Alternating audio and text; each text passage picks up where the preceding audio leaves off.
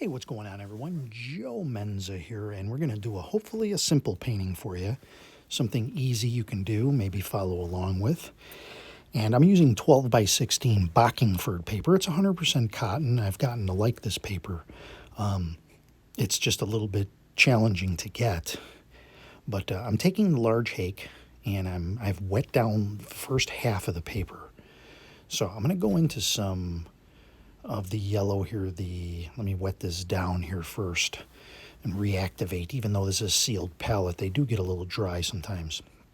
Okay, so a little bit of a yellow. Clean my palette here. I'm going to get some yellows. I kind of like dragging across all three yellows and coming up with an unusual combo.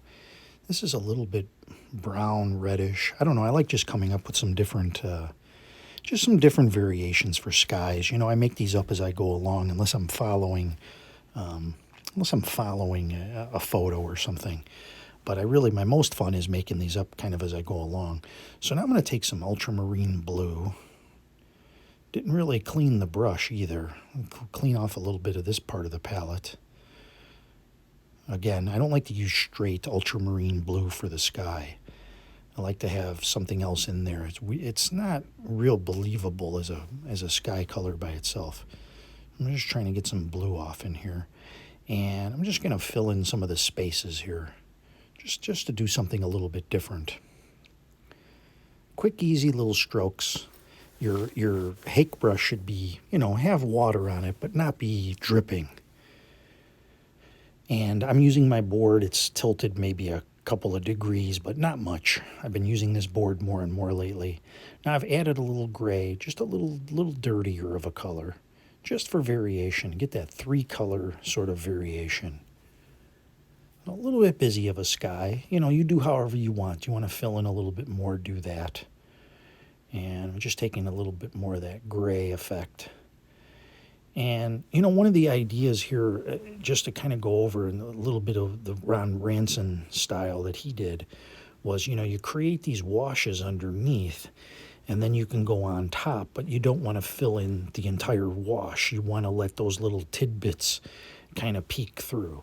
So now that we're done with the sky, we can start working on, we'll do a little bit of just a very faint mountain in the background, just enough to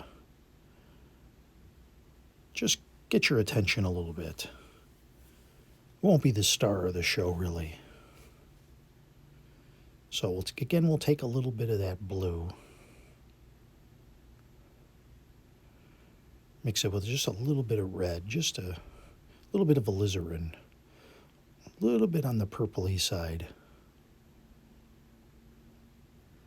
Again, none of this, there's no rules to this. You just don't feel like you ever have to use the exact colors that I do to make your painting right. The technique is more important, most important, to get the general idea. So now we're going to make a little bit of a green color here. And I'm just going to put, this is kind of a wash here in a sense because it's so light. So I want a little bit of green showing through. And eventually that area that I left white will be water. And you'll see. Now I've taken some yellow here. And I'm just kind of dabbing in, just here and there. There's no real plan here. I'm just looking at it and I'm just, a little bit of green here. Make another little bit of green with Payne's gray. Clean up a little bit of that palette off. A little more Payne's gray, a little more blue. And just a little, this is using the raggedy effect. There's not going to be a whole lot of water on your Hake. The water's there, but it's not going to be a lot. You can see there's not like large amounts of water cascading down or anything. So that's just going to be a little bit of a faint tree line. You can see my cat walking around. My cat's been a little needier than usual. I don't know what his issue is, but he's been hanging out more and more by my painting area. Usually he sits in my spot. Now I've taken, this is a little bit of turquoise, And this is an M Graham color that I have. And I believe it's M Graham. I can't remember because I squirt these on my palette and then I forget. But Cotman has one as well. So because it's dry in there, and now I'm going to do a quick drying with the hair dryer, and we'll skip past that. But I'm purposely dragging it lightly across so that I leave some white areas. We're not going to overcomplicate this water. A simple one pass. Let some of the white show through. And now I'm going to switch over to my fan brush. This is the stiff fan brush. Any stiffer one will do. You don't want like the real soft ones for doing these trees. And you can do this with the Hake brush too. It's just I like the limited amount of bristles on the fan brush. And I'm making like a nice greeny color. And I'm just going to create a little bit of a... I probably should have brought that down a little bit more so you could see that tree line. I covered up too much of that. So if you're doing this, just bring it down a little bit so you can see a little bit of that. So it kind of renders that kind of useless. I do that a lot. I don't know why. But we're just going to do some... I'll try to bring it down a little bit more here.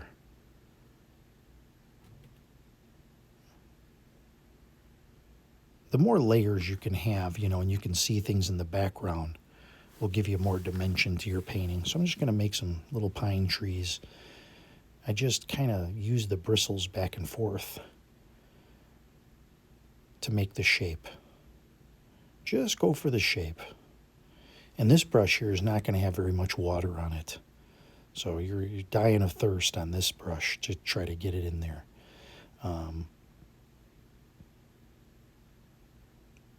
But my paint has a little bit of water on it on my palette.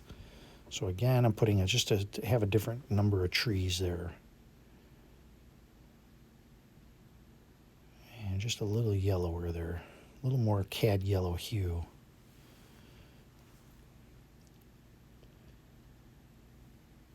And so those pine trees are a little bit closer. Now I'm going to start using the fan brush. I'm just going to take some different shades of green here. A little darker this time. And the idea here is don't cover up all of the wash that's underneath. Leave little bits of that peeking through.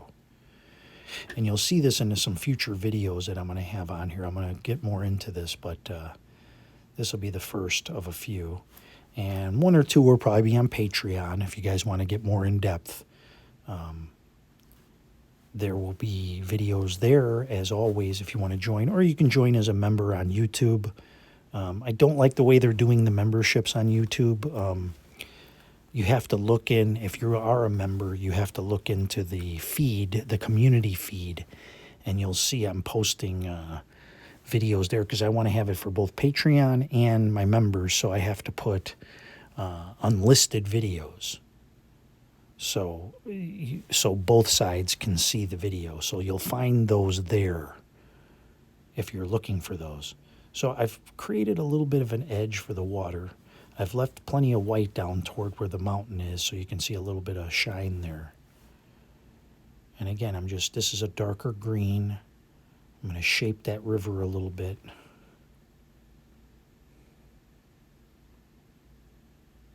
Connect that a little bit more. And just get a little more water on my brush.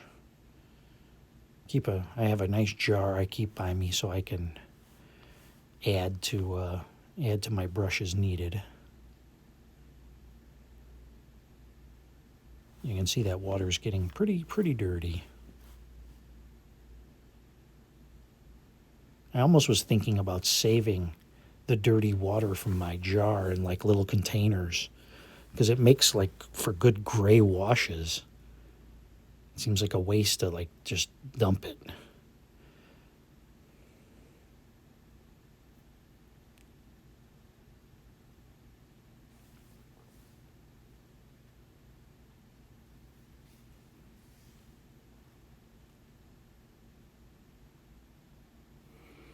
Again, getting a little bit more water there. If you if you dip your brush in the water, just the tips, you'll get enough water on there without losing the paint that's on there.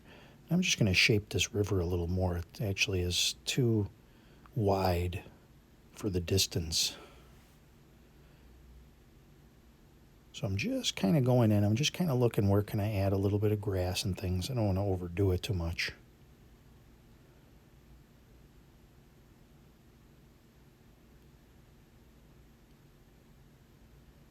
Just kind of reshaping it a little bit here.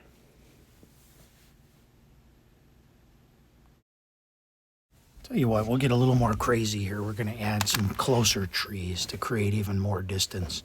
So I'm going to get more of that darker green. Try to split these two.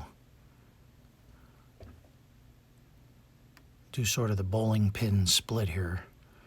And bring us pine tree right up through the center of these. We'll see how this works out. Again, unplanned. We'll see how this works out. Add a little bit of Payne's gray.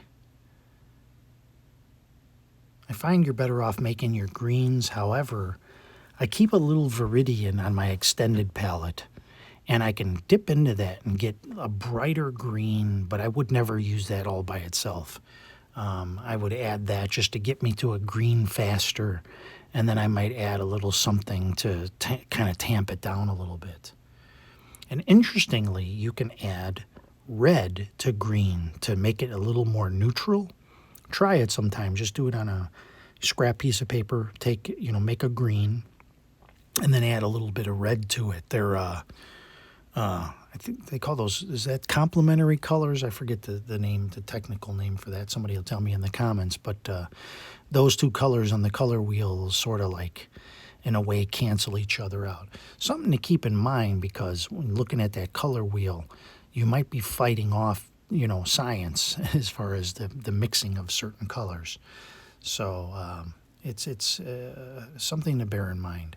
I've added a few more little trees because I didn't split that as well as I would have liked, but I wanted to have something a little bit closer. One of these days I'm going to try, I haven't tried it yet, but doing the foreground in such a way that I'll add trees in the back.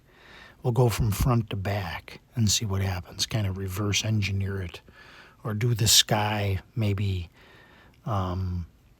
after a certain effect and see, leave more of the sky. Because sometimes you make the sky and it kind of boxes you in to a certain kind of painting. It'd be better if you were making it up as you go do the painting and then kind of do the sky afterward, if that's possible. With the trees sticking up, you'd have to save your most foreground elements that are going to go into the sky last. But you can leave the paper white in the background, maybe just put a little tint on there, and then add to it. Something I'll think about doing. So I've taken my card and I'm adding some rocks and some sticks coming out of the trees, some tree trunks. It's interesting because when you do these trees and then it's dark, I look at it and I go, it'd be nice if I had something to break that up.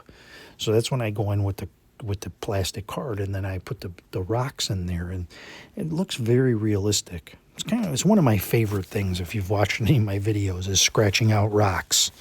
I really enjoy it.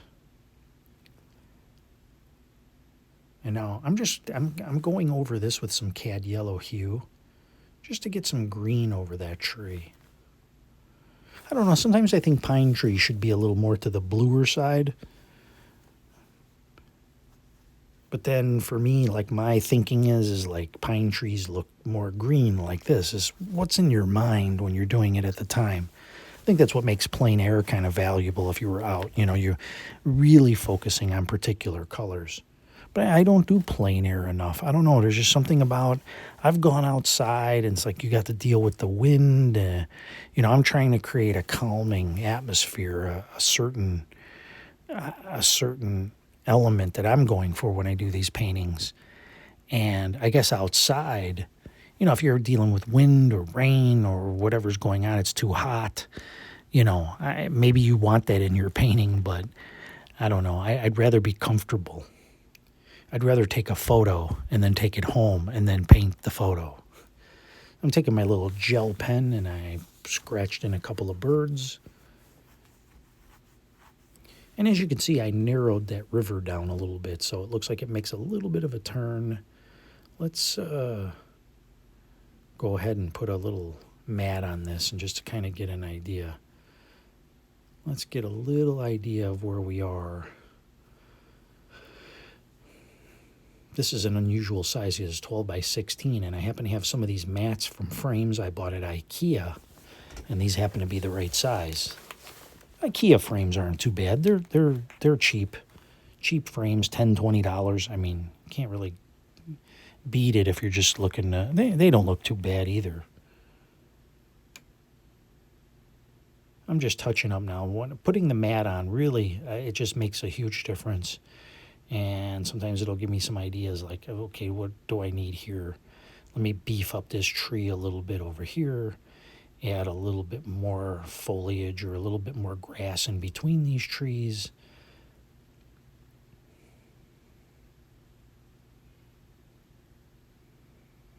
And of course, you got to say, do I have color balance here? You know, you look at my clouds, there's those little bits of yellow, and then you have turquoise in the water. Here's the final bit of the painting. And as you see with the rocks and that, I think it worked out pretty nicely. I hope you enjoyed this one. If you enjoy and you want more paintings like this, here's another one I did. This is a members video, a Patreon video. You can go visit my Patreon site and sign up. And you can work on this one as well. This one's a little more complex. But as always, I thank you for watching.